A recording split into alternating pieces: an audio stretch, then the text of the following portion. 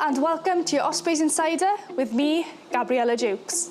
Starting with the latest from the United Rugby Championship, the Ospreys claimed victory in their last game over Munster before the international break. Previously undefeated in the league, Munster came to Swansea with ambition to make it 6 wins from 6, but an accurate kicking display from Ospreys' Stephen Myler saw the home team win 18 points to 10. Heading into the fixture break, the Ospreys hold on to their first place position in the Welsh Shield and 5th place position in the URC table. With the URC international break in place for most of November, attention turns to the international rugby, where Wales have made their squad selection for the autumn series. The Ospreys would like to congratulate Alun Wyn Jones, Gareth Anscombe, Rhodri Jones, Adam Beard and Thomas Francis for their initial Welsh call-ups alongside Alex Cuthbert, Gareth Thomas and Rhys Davis, who have also joined the squad in recent weeks. Prop Mafu Fia was another international selected this autumn with a call-up to the Tonga national side.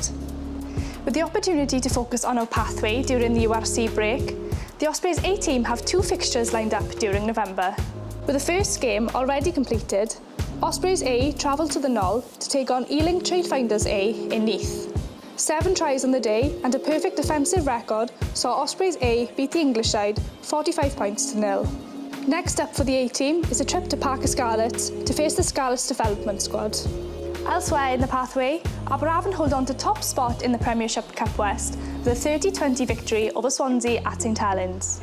Bridgend Ravens leapfrog Swansea into 4th in the table following their 43-16 win over Llanelli RFC. In community news, the Ospreys tackle programme entered a new phase this month, with the first ever rugby team being taken on to the project.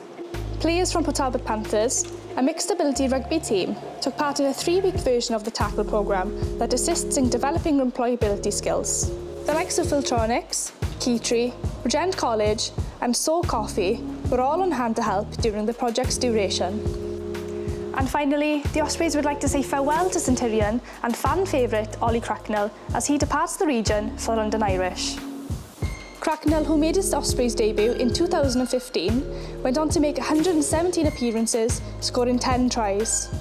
We wish Ollie the very best of luck in his new club and beyond. And that's it for your Ospreys Insider this week. I'm Gabriella Dukes. We'll see you soon.